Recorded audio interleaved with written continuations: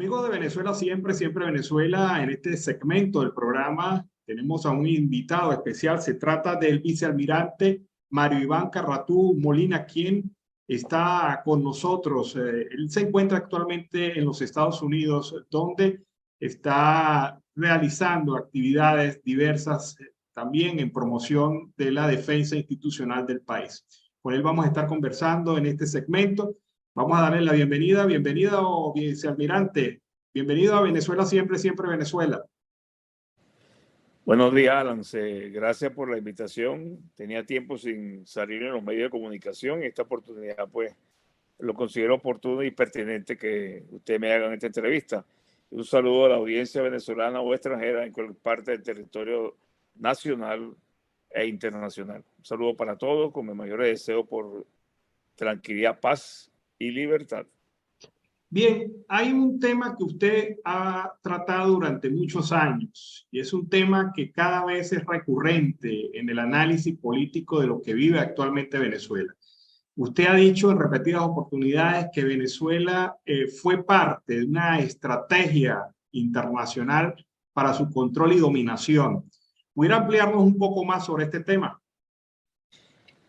Sí, como no, fíjese lo siguiente, un pequeño y breve recuento histórico, porque muchas veces el recuento histórico es necesario para poderse situar en los escenarios actuales, y otro porque la mayoría de los venezolanos, y aquí peco de exagerado a lo mejor, desconoce la verdadera historia del país, la real, la que ocurrió en serio y no la manipulada por los intereses, ni manejada por los medios, en algunos medios de comunicación, que también algunas veces ha habido intereses mal interpretada por la institución militar desde hace mucho tiempo, y no me refiero a golpes militares ni a sonadas, ni intentos de tomar el poder, que en Venezuela estaba erradicado desde el año 58, cuando sale del poder el general Marcos Pérez Jiménez.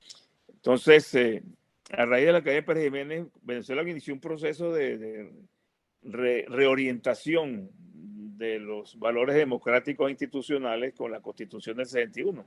Pero en el mundo exterior, por razones harto conocidas, geopolíticamente hablando, el conflicto este-oeste, los intereses de los países socialistas en América Latina, entre los cuales Venezuela era la cenicienta o la más codiciada, para decirlo una palabra popular, comenzó un proceso de desmontar la creciente democracia o la recién iniciada democracia. El sistema de gobierno en Venezuela de dos partidos, el Pacto Punto Fijo, funcionó por mucho tiempo y era necesario hacer un pacto de los grupos políticos de entonces, que eran más fuertes, Acción Democrática y COPEI. Y con la izquierda un poco marginada, primero porque la violencia siempre fue la banderada de esta corriente ideológica en el país, y lo que estaba ocurriendo en Colombia con el inicio de la FARC, Marulanda, Tiro Fijo, toda esa gente en Colombia, y en Cuba. La inmadurez, para llamarlo decentemente, de las instituciones democráticas del país no cuidó lo más importante en una sociedad democrática, que es el ciudadano. No son los valores económicos, no es las industrias básicas del Estado, no es el poder del partido de gobierno, no es la lucha electoral para dividir, para poder vencer, sino que en ese avanzar, en ese crecer democráticamente de los partidos, se olvidaron del ciudadano. Y en un momento en que el Estado fue secuestrado por los partidos de poder,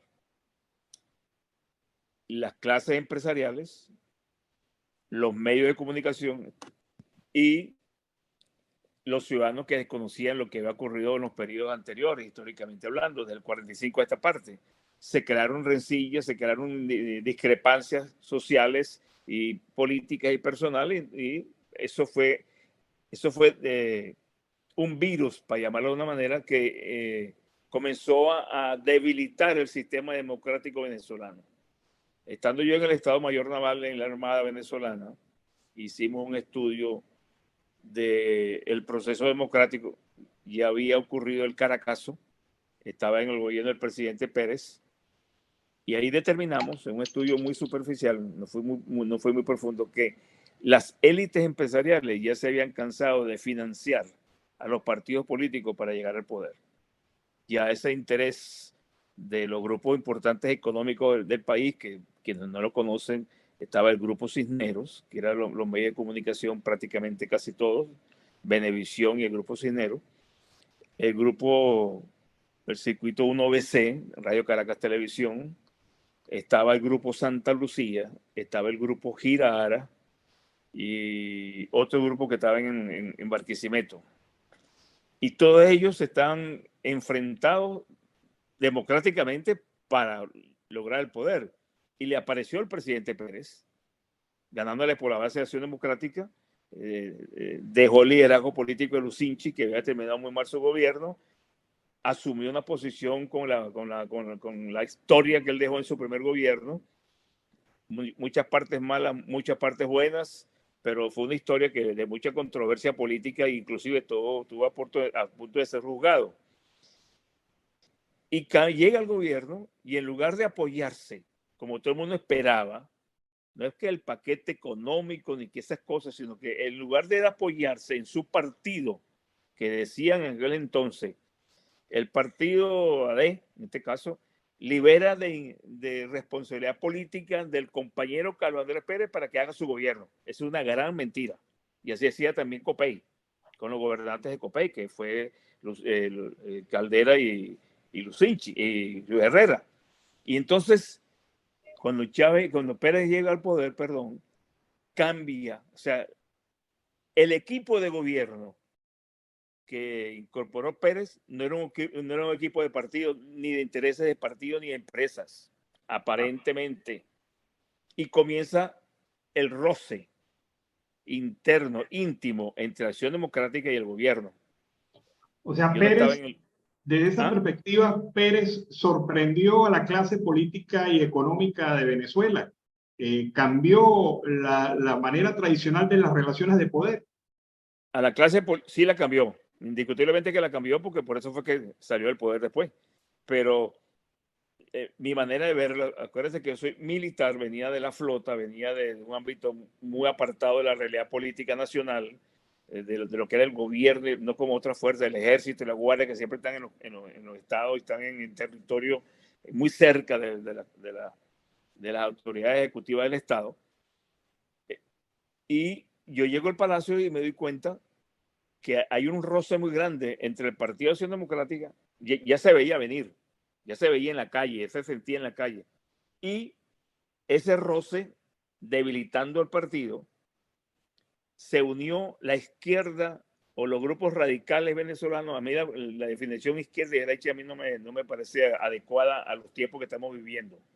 Esas son cosas ya superadas, digo yo, y que no, de nada ayudan o de nada son válidas para los procesos democráticos que están ocurriendo actualmente en el mundo, no solamente en Venezuela. Venezuela no hay democracia, pero en lo que se aspira a tener. Entonces, yo me daba cuenta del roce y los problemas, porque cuando el presidente iba de gira, la Casa Militar conseguía unas situaciones antagónicas a los gobernantes, de los gobernadores. Eran 3 gobernadores copellanos, Aldo Cermeño en Falcón, Sara Romer en Carabobo y Álvarez Paz en el Zulia. El resto de los estados era manejado por adecos o designados por el presidente de turno. Recordemos también que en el periodo de Lucinchi nombró gobernadores a todos los que eran miembros del CEN, a dedo, y los impuso en cada región. Algunos coincidían con la región, otros no, pero eran intereses del partido. Ahí es donde yo digo que el partido secuestra al Estado.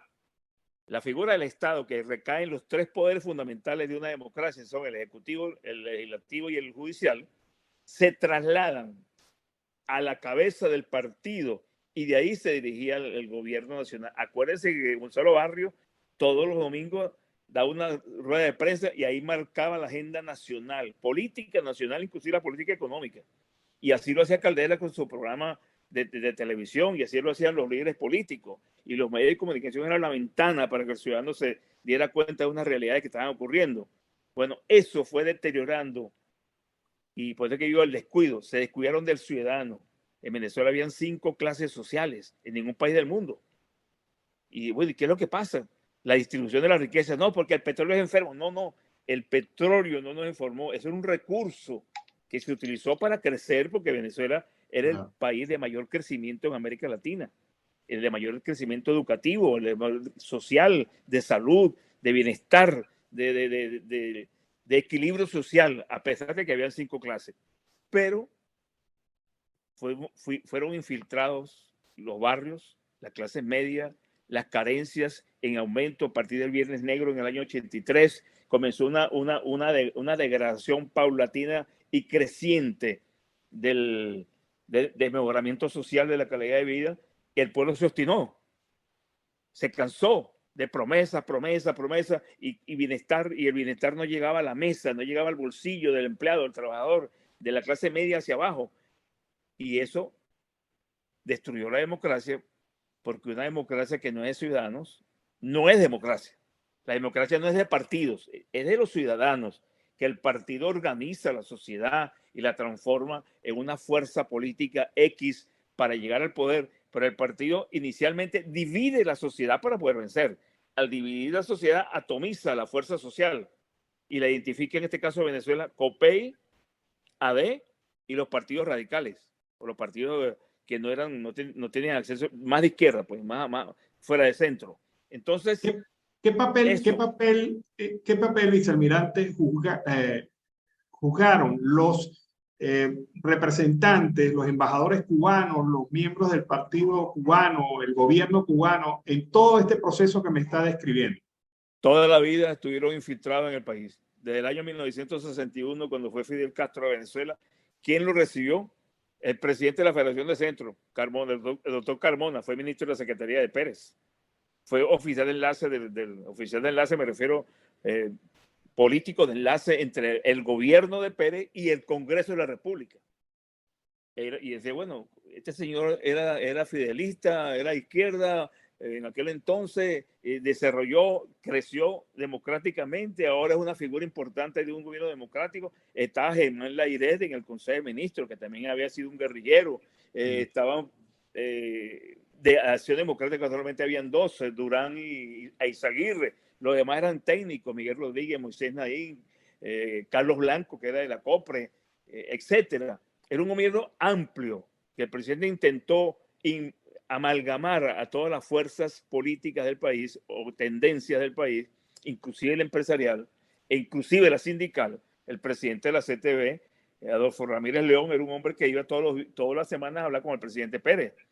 Y los sindicatos tienen una participación no directa en el gobierno, pero sí eran tomados muy en cuenta. Los procesos salariales, los contratos colectivos de las empresas básicas del Estado, de PDVSA, eran personas privilegiadas. O sea, había una calidad de vida, pero el ciudadano, el hombre de a pie, el hombre del bollo de pan de bajo brazo y las alpargatas y el sombrero de cogollo, símbolo de Acción Democrática en los años 40, 45, 50, y después la de Copey, la figura majestuosa del presidente Caldera como un hombre equipado intelectualmente, constitucionalista. Bueno, todo ese prestigio, el hombre venezolano lo veía por los medios de comunicación, lo leía, pero a la hora de sentarse en la mesa con sus hijos, no tenía el sustento necesario para educar y para tener calidad de vida. Eso acabó con la democracia. Hay un estudio que hizo el ex canciller argentino Dante Caputo, lo terminó a través del programa de las Naciones Unidas para el Desarrollo, el PNUD, que ahí dice democracia de ciudadanos y ciudadanas. Un estudio que tiene como 300 páginas. Yo lo tengo, siempre lo he leído porque yo después que me retiré hice un doctorado en ciencia política. Entonces, resulta que, y no lo digo por alarde, sino lo digo porque el conocimiento, porque la política no es conocer el político de turno, es conocer qué significa la política en un Estado. Que la política comienza en el hombre en la calle. Todos somos políticos cuando estamos en la calle, hablando, discutiendo, como yo lo veo aquí en Estados Unidos. Aquí en todas las comunidades, la gente se para y sale y reclama a la bomba de seguridad, al policía, exige conducta, toca la puerta al vecino, bájame el televisor, no quiero música, para tu carro bien, recoge la basura. O sea, el ciudadano participa en elemento diario, público. Ahí está el ciudadano haciendo política, no de partido ni de gobierno, pero está haciéndose sentir en la comodidad. En Venezuela eso no existía. Y lo que hace Chávez y lo que ha hecho Chávez, bueno, Chávez no, Chávez se murió, no quiero ni nombrarlo, ni a Fidel Castro tampoco, pero bueno, es una herencia ideológica que nos queda, un trauma histórico que nos queda en Venezuela. Entonces, ¿en dónde está la participación del ciudadano? Votar. Y después que voto, chao pescado. Yo agarro con mi grupo, con mi gente, con mi equipo y hago el plan de gobierno. Yo me pregunto y le pregunto a toda la audiencia, a los venezolanos que están fuera o los que están en el país, ¿cuál plan de gobierno se cumplió en Venezuela de la democracia? ¿Cuál? Para poner un ejemplo, muchos ejemplos hay, pero digo quebraron las industrias básicas del Estado. El hipódromo, que tiene una ganancia de 4 millones semanales en jugada, quebró. El Seguro Social quebró, que era una captura de fondos diarios por nómina en los ministerios, que era el gran empleador, el gobierno, y tenía sus partidas y sus cosas. No había dinero para los jubilados. Entonces aparece la figura del prejubilado, o sea, cobraba sin trabajar. Un vicio en una sociedad moderna, creciente como Venezuela, con recursos. O sea, no fue el petróleo. Yo lo que quiero insistir en quienes me escuchan es que fuimos nosotros, los ciudadanos, los que de una u otra manera dejamos de hacernos sentir por el fanatismo del partido político y del pseudo líder político. Porque otra cosa que quiero decir con la oportunidad que tú me das es que el populismo es la manera como los hombres llegan al poder, ofreciendo. Y todavía, tú te escuchas lo que están en campaña en Venezuela ahorita, están ofreciendo cosas que no van a poder cumplir. Es solamente captar el electorado. Nadie sabe cómo está financiera el país. Nadie sabe cómo está penetrado el país por las fuerzas terroristas o radicales externas. FARC, Irán, Rusia, China, Corea, nicaragüenses, cubanos, guerrilleros bolivianos, guerrilleros colombianos, la frontera controlada por la guerrilla, parte del territorio 60% controlado por la guerrilla. ¿Y cómo van a ofrecer, por ejemplo, dar comida y trabajo? ¿Cómo van a atender la ayuda humanitaria? ¿Cómo van a atender el agua, la salud, la educación, los hospitales? O sea, yo me considero que yo no puedo estar prometiendo cosas que yo no voy a poder cumplir. Yo siempre a mis hijos les ponía el ejemplo. Porque claro, en los colegios, en los amigos y esas cosas, los compañeritos siempre hay comentarios que se reflejan de la conducta de cada familia y ahí se ven en esencia lo que es cada familia. Los hijos míos me reclamaban, oye papá, ¿cuándo vamos para Disneylandia? ¿Cuándo vamos para Disney World? Mi compañero tuvo 15 días en Magic Kingdom y tal y qué sé yo. Dice, bueno, ustedes irán cuando yo tenga cómo llevarlos. Yo nunca le prometí a mis hijos, los voy a llevar a Disney World. Nunca. Yo sabía que en mis sentimientos de padre había la intención de que ellos disfrutaran ese mundo mágico de Walt Disney. Hasta que pude llevarlos. Ya mis hijos tenían 18 y 20 años. O sea, no fueron de muchachos jóvenes porque yo no tenía con qué pagar. Entonces yo no puedo prometerle a mis hijos, te voy a llevar el próximo año, estudia, sabe bien en las materias, estudia que te voy a llevar y no lo llevo. Ese ejemplo yo lo traslado al gobierno que le promete a una población, voten por mí que yo tal cosa, pero esa tal cosa nunca se cumplía exactamente como el ciudadano que fue al centro de votación y depositó su voto por la figura, fanatismo, por el partido, ideología y por la esperanza de recibir algo. Y eso no se produjo. Rompió la sociedad. Ahora la democracia en Venezuela, discúlpame esta parte, la democracia en Venezuela no funcionó y destruyó el valor fundamental que es el hombre, el ciudadano, en su esencia como hombre político. Ahora bien, mire, la percepción que se tenía en el momento internacional, en ese instante, era que Venezuela, primero, era una democracia sólida, segundo, tenía militares institucionales Tercero, tenía muy buenos ingresos como para sostenerse y sobre todo que había paz y calma social. ¿Cómo se derrumba todo eso y se cambia a ese país que se proyectaba por el país que tenemos hoy día? Una pregunta muy importante, muy importante. Yo creo que es el punto clave de lo que nos ocurrió. Era una democracia con dinero.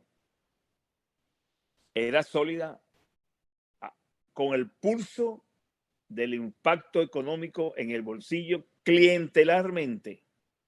Yo no digo que haya sido 100% de esa manera, pero era clientelarmente porque no me explico, ni nadie me ha podido explicar a quienes yo le he preguntado. Inclusive yo soy muy amigo del ministro Miguel Rodríguez, somos casi hermanos y hemos discutido cantidad de veces. Él me ha dicho las cosas que él veía como un hombre preparado para la finanza del Estado y el crecimiento económico de la nación. ¿Y por qué chocó? Él chocó y se impuso. Se impuso porque tenía el poder del presidente, el gran paquete económico que vulgarmente he hablado que era el gran viraje. El gran viraje era cambiar la dirección política del país, que ahora, en este momento, es urgente. Yo hice un documento, creo que te lo mandé ya, que dice el cambio de liderazgo político.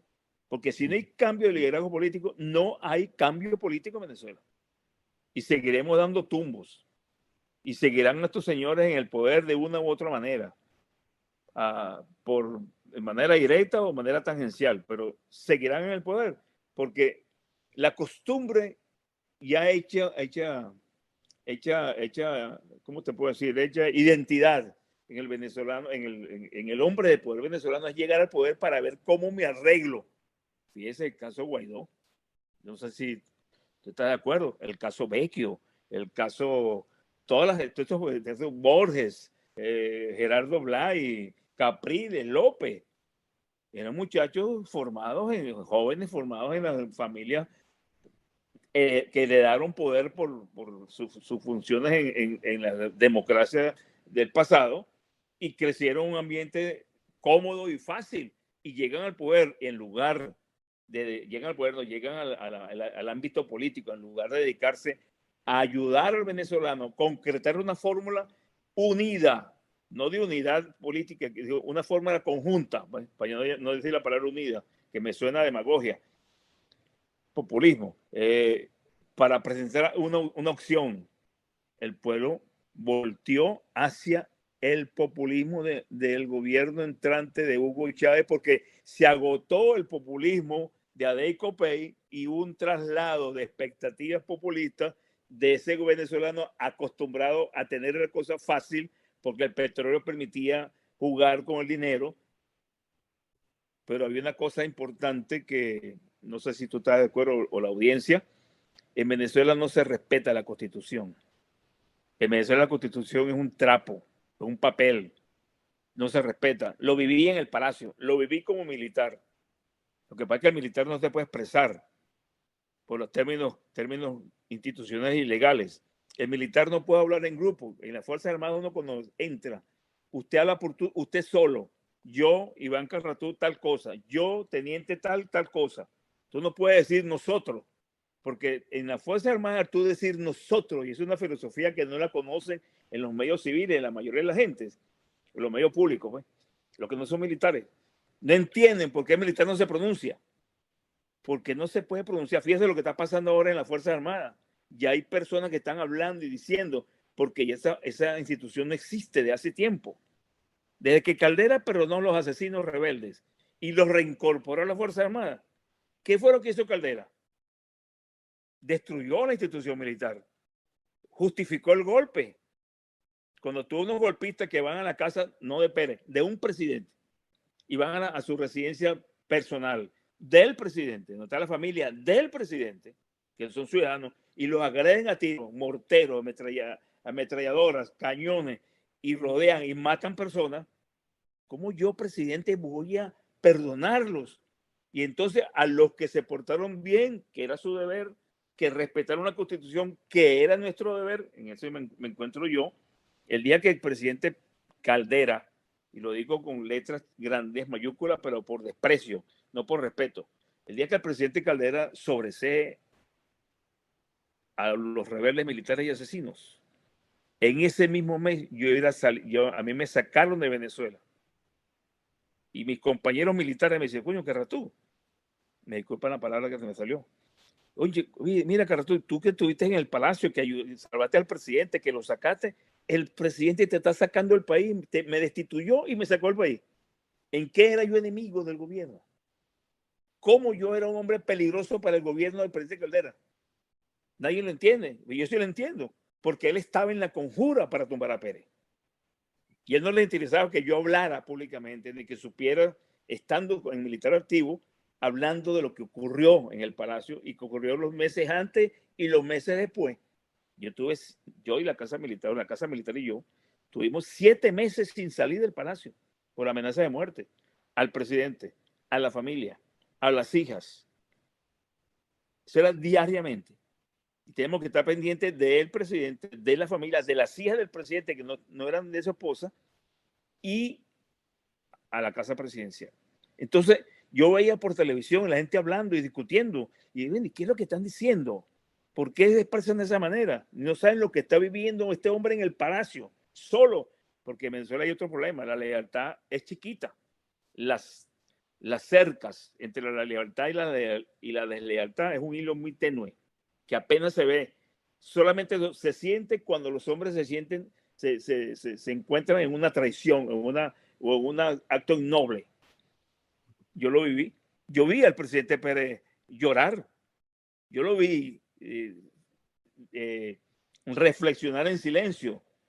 Cuando yo iba a hablar con él, lo conseguía reflexionando. ¿Qué le pasa? ¿Qué siente? ¿Tiene un problema? Llamaba al médico, llamaba a la gente cercana a él, más en lo personal. Mire, que tiene el presidente, yo lo veo no todo decaído. Era que estaba llevando la cruz por dentro. Yo fui a la cárcel a visitarlo, dormía en un catre, una cama de 4 bloques, un presidente 2 veces. ¿Y los partidos? ¿Y el partido? ¿Y los adecos? Ni pintaban por ahí. Bien, Entonces, esto es Venezuela, un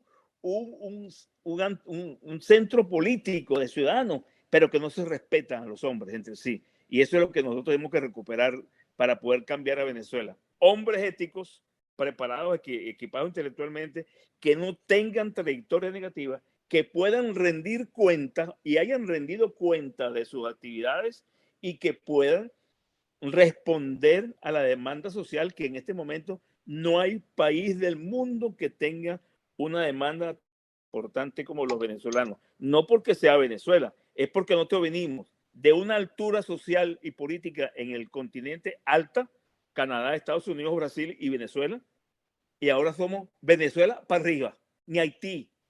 Entonces, ese salto para salir de ese hueco, no solamente hace falta dinero, hace falta hombres y mujeres de calidad, ética, moral y gestión pública calificada para construir una nueva nación. Es un cambio político sustantivo que tiene que ver en Venezuela.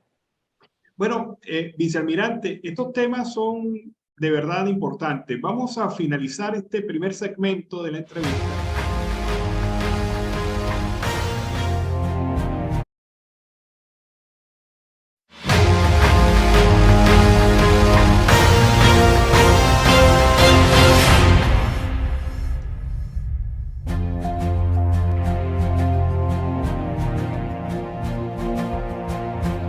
Amigos de Venezuela siempre, siempre Venezuela. En este segmento seguimos conversando con el vicealmirante Mario Iván Carratú Molina. Con él estuvimos conversando sobre la situación previa y lo que generó el actual país que tenemos, este país que por todos lados viene haciendo aguas y definitivamente pues está en búsqueda de unas alternativas de solución definitiva para garantizar su futuro. Pero hay una institución que siempre en el término de la democracia fue prestigiosa, la institución militar. Pero en este momento, pues hay un altísimo nivel de rechazo. ¿Cuál es su visión, vicealmirante, sobre la Fuerza Armada Nacional en este momento? Gracias nuevamente. Un saludo a los escuchas de tu programa en el territorio venezolano, fuera de él. Gracias por esta oportunidad nuevamente. Yo fui militar durante 30 años. Yo ingresé a la Fuerza Armada en el año 61 como cadete en la Escuela Naval. Salí egresado como oficial en el 65. En ese entonces las promociones fueron aceleradas un año.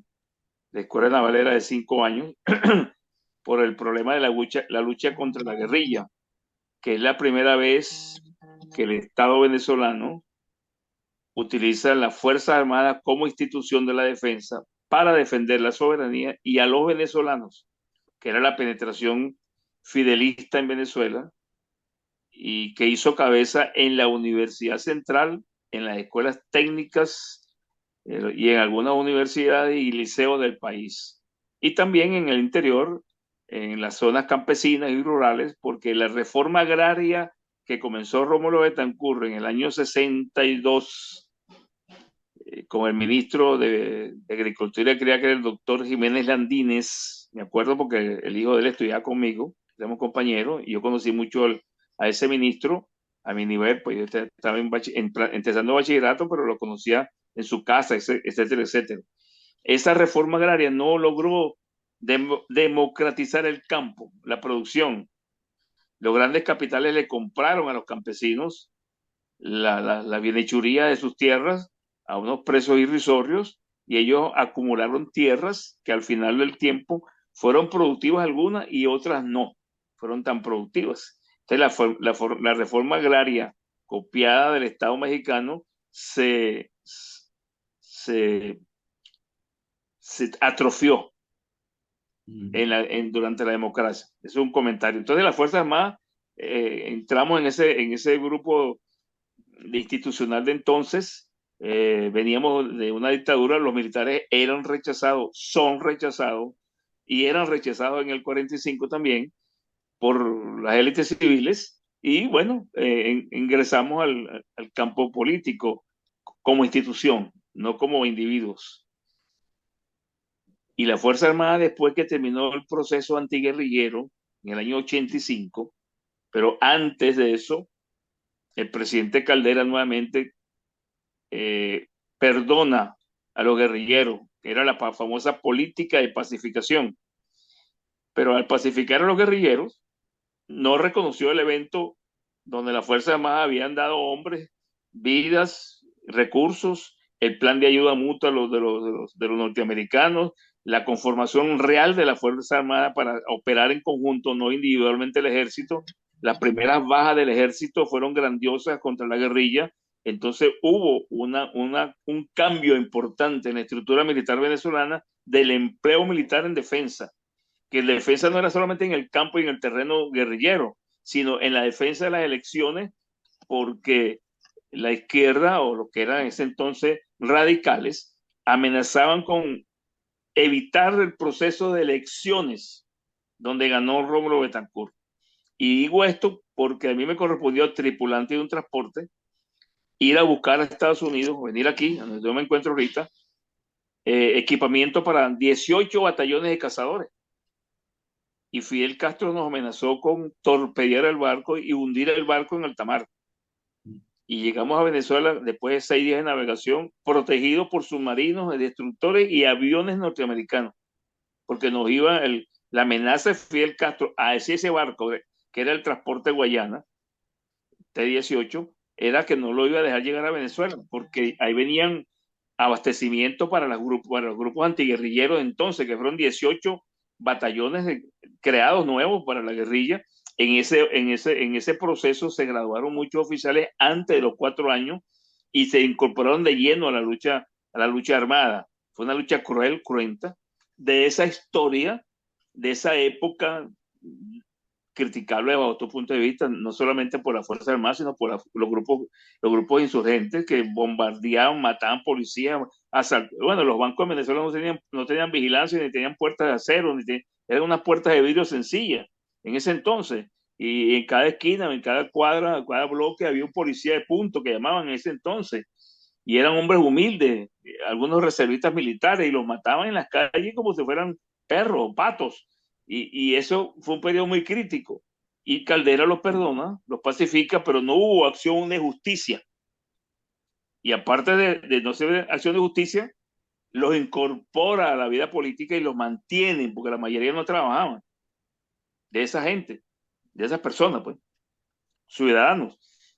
Y bueno, ahí comienza un roce, una lija institucional donde fuimos infiltrados, no infiltrados solamente por Fidel Castro, infiltrados por ADN, infiltrados por COPEI, lo que le critican ahora a Chávez en su inicio de gobierno, pues repito, está muerto, yo no lo nombro en ningún, porque ya no existe, no hace falta por qué nombrarlo más, pero bueno, no se puede dejar atrás eso.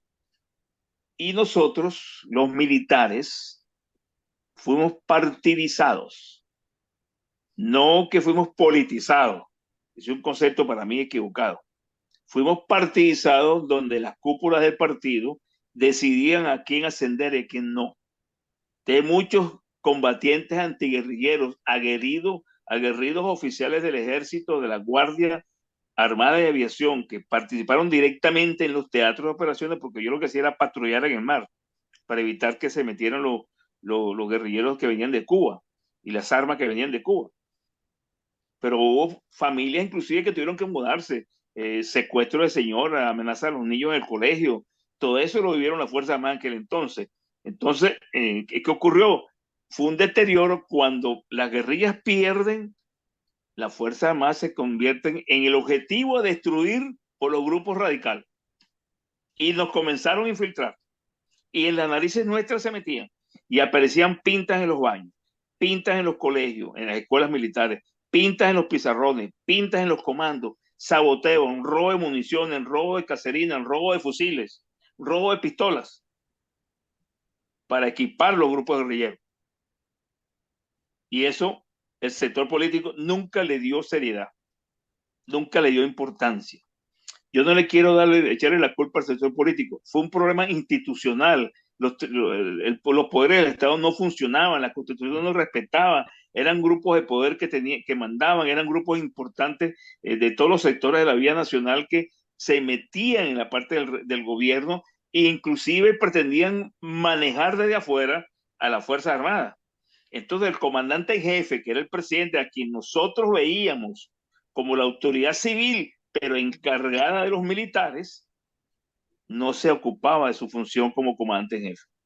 Y ahí comenzó un deterioro tan grave, y voy a decirlo con primera vez que lo voy a decir, a mí me correspondió darle una charla de la Armada, siendo ya yo almirante, a la Comisión de Defensa Ampliada del Senado.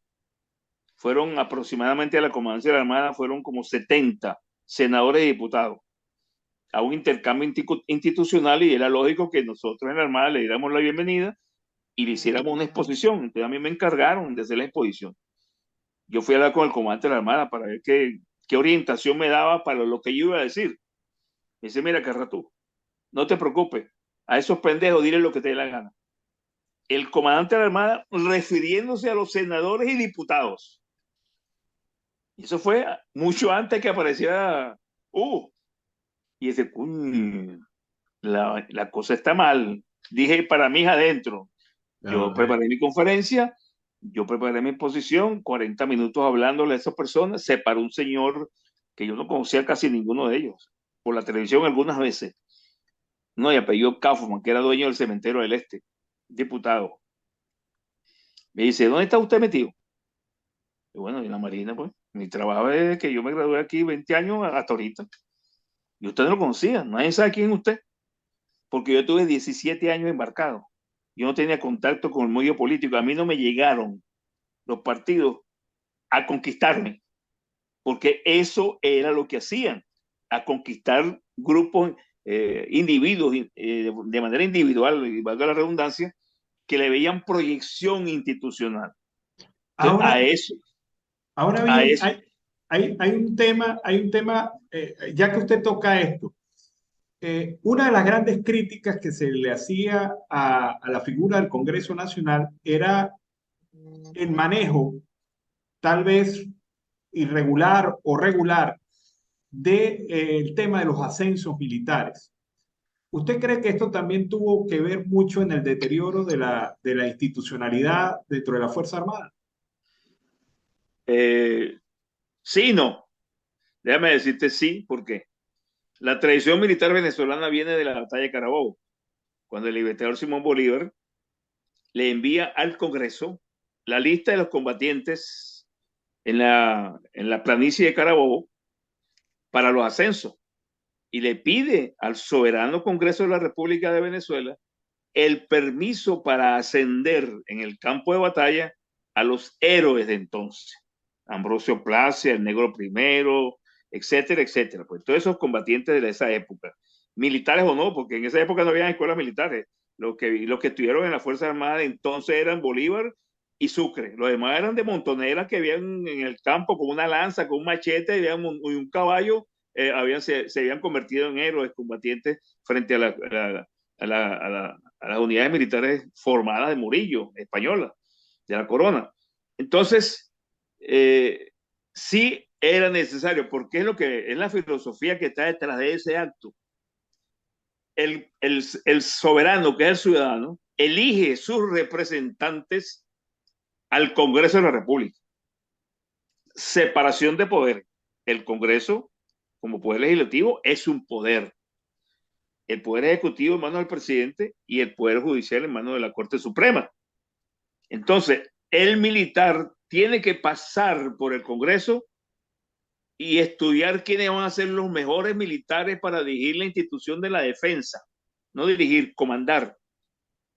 Y ahí es el pueblo el que designa el grado medio del almirante, no Melodeo Pérez ni Lucinchi. Es el pueblo que me asciende porque yo paso por el Congreso. Y ahí el Congreso, en nombre del pueblo, dice, sí, este puede ascender o va a ascender. Y el presidente como comandante en jefe le corresponde otorgar el ascenso. No es que el presidente asciende, el que asciende es el pueblo a través del Congreso. Y ese paso históricamente fue lo que destruyó a las fuerzas más actuales. Eso lo eliminaron. Ya ascendían a quien le da la gana. Bueno, llegamos a tener 2.000 generales. En mi época éramos 20 almirantes, 18, y éramos muchos. Ahorita hay 300 Sí. almirantes. Entonces la destruyeron. Pero bueno, voy a la pregunta. ¿Y por qué no?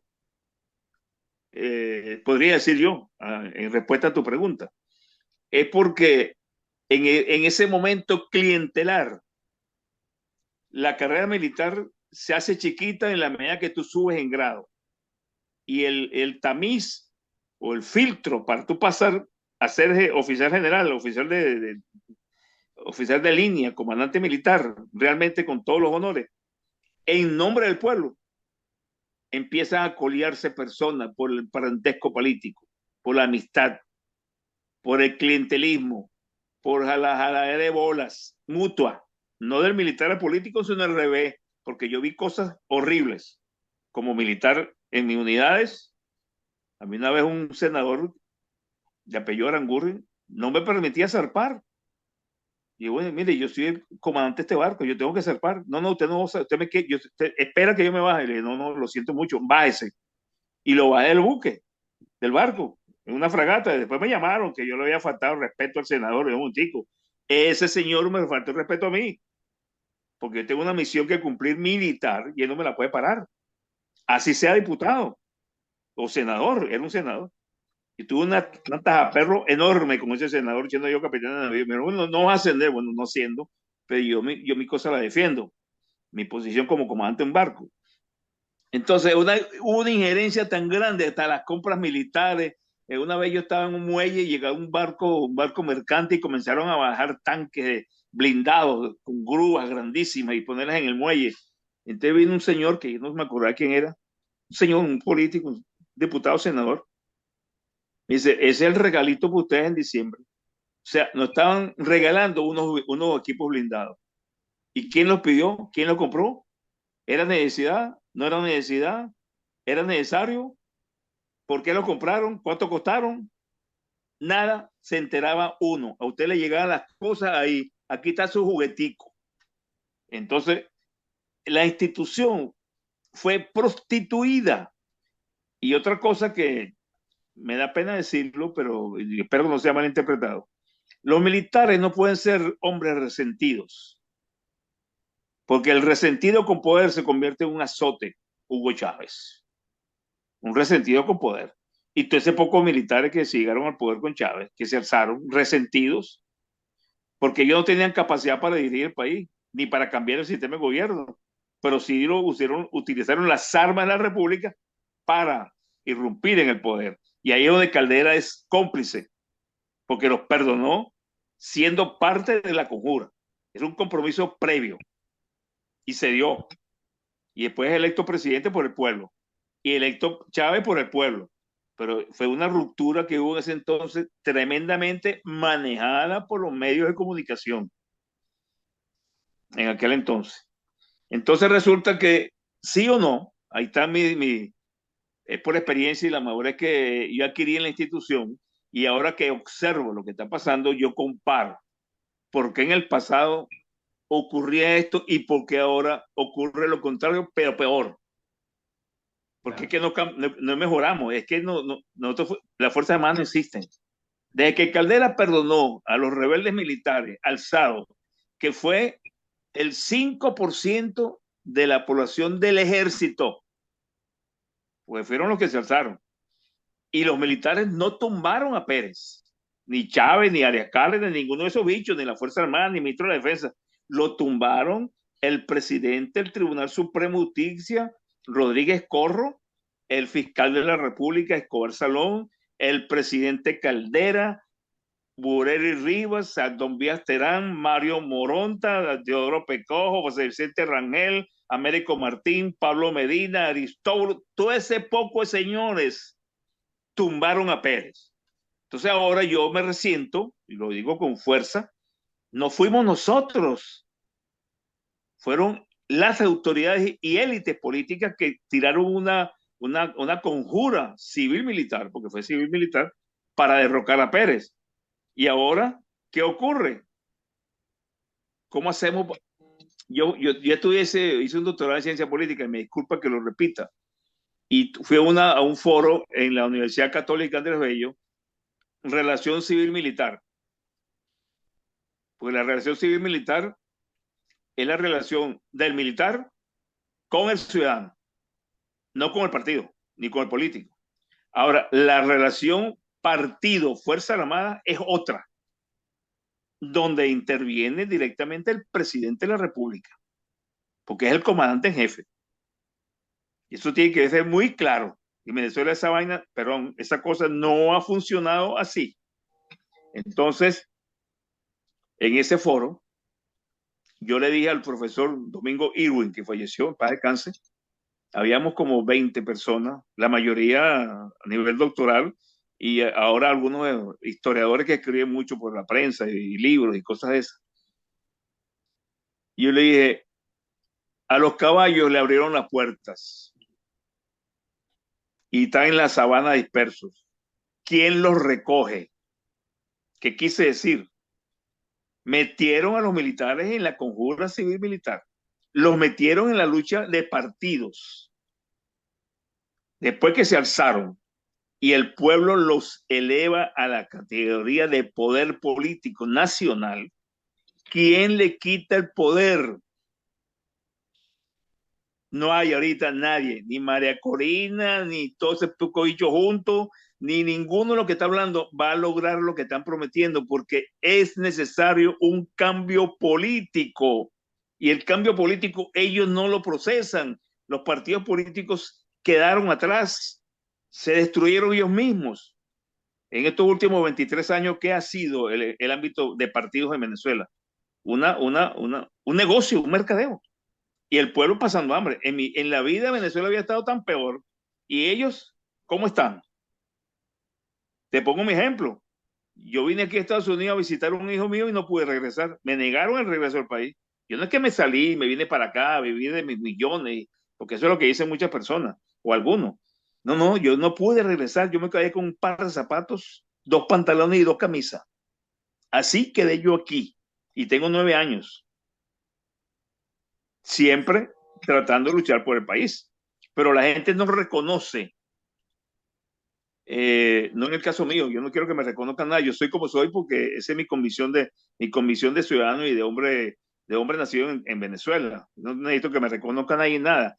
Pero yo veo las cosas que ocurren, el silencio, el compadrazgo, dígame, el chasco con Guaidó.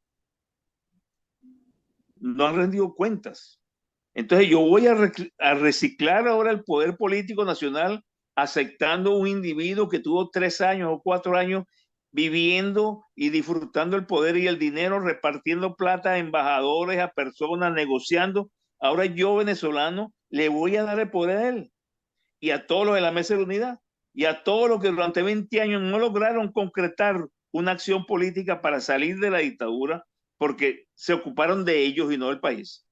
Y se ocuparon de ese dinero porque la mayoría tienen una vida cómoda sin haber producido un centavo, porque ninguno trabaja. Ninguno tiene un oficio conocido. Son graduados en la universidad, profesores, abogados, economistas, militares también hay, pero que han producido algo de su trabajo. No, no. Entonces yo tengo que ahora ir a votar en un cañón sin salida, a escoger a unos tipos o en el medio de una gran cantidad de personas y con sus intereses, escoger a uno, que puede ser Rosales, un tipo que ya nos traicionó en el 2007, que puede ser Capriles, que nos traicionó en el 2013, que puede ser María Corina, una señora que no tiene entidad ni equipo para gobernar. Otros más, hay muchos. Pérez Viva. Uy, Pérez Viva yo lo tuve que sacar del avión presidencial coleado. Yo, jefe de casa militar, el tipo era candidato. Y coño, ¿cómo yo lo puedo respetar? ¿Cómo yo puedo sentir afecto, políticamente hablando, por una persona que yo lo vi infringir la ley? Infringir los límites que no podía alterar porque era diputado. Yo soy diputado. Usted es diputado, yo soy el jefe de la casa militar. Usted se baja del avión. Lo bajé. Al ministro de la Defensa lo bajé el avión porque se colió Ochoa y se lo dije al presidente Pérez. Yo, tiene razón, almirante, no te he invitado. Entonces, porque aquí el abuso, el oportunismo, el restacorismo, el meterse per se en las cosas es lo que ha destruido al país y ha hundido al ciudadano en una desconfianza.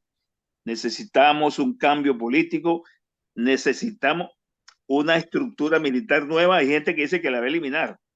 Imagínense ustedes lo que hubiese ocurrido con Venezuela si en los 60 no hubiese habido Fuerzas Armadas.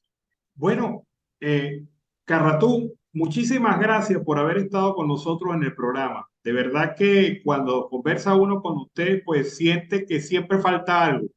Tendremos la oportunidad de seguir conversando sobre otros temas un poco más actualizados en el momento que nos corresponda. Muchísimas gracias por haber estado en el Yo programa Siempre quisiera, yo Venezuela. quisiera finalizar, si me permite, 2 minutos.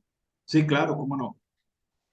Después de cada entrevista, conversatorio así como el de hoy, yo siempre pretendo dejar un mensaje. Y es el siguiente: acéptenlo o no, pero es mi manera de pensar. Yo respeto la de los otros. Y por eso, a través de ti, me atrevo a decir lo que pienso. Venezuela no sale de este problema vía electoral, porque el pueblo no cree en los políticos, en los partidos. Esos partidos perdieron 20 años engañando y manipulando a los venezolanos, negociando con el gobierno, todos, no hay ninguno, no hay ninguna excepción. Y no me refiero a negociar dinero, negociar cuotas de poder, negociar permanencia en los medios, negociar seguridad y negociar un equilibrio político que no existe. Con esas personas Venezuela no sale. Nos defraudaron y nos utilizaron. ¿Qué debe ocurrir? Un cambio político, pero el cambio político en una transición política, no en una elección. Y para que haya la transición política hay que sacarlos del poder. Lo demás es cuento de camino, mentiras y manipulaciones de grupos de poder, de gobierno u oposición, que mantienen un status quo, recibiendo dinero, negociando prestaciones, negociando beneficios, y el pobre dividido en una sola clase. Miserables, todos, porque tengo familia en Venezuela, toda mi familia está allá, y me cuentan, para comer, el hospital, la seguridad, los muchachos, el carro, la batería, los cauchos, la pintura para la casa, la reparación, el tránsito, el autobús, el carro, nada funciona. Entonces, ¿qué están prometiendo? Yo lo que tengo que prometer es libertad, trabajar todo por la libertad, no por un partido, no por una persona que va a ser presidente o no en la primaria. Ya escogieron, hay uno de las primarias, de las primarias que hubo en el año 2000, creo que fue 2007, 2008, unas primarias que hubo, no me acuerdo de la fecha. Había que pagar 1 millón de bolívares para participar en las primarias. No sé cuánto están pagando ahorita, si es que están pagando. Y recoger firmas. Hubo 2 candidatos de ellos que falsificaron la firma. Yo me enteré, yo lo supe. Después me la acerqué y le dije, ¿cuántos votos sacó? De ese 1 millón de firmas, ¿cuántos votos sacó? No me responda. Por eso es que nosotros estamos mal.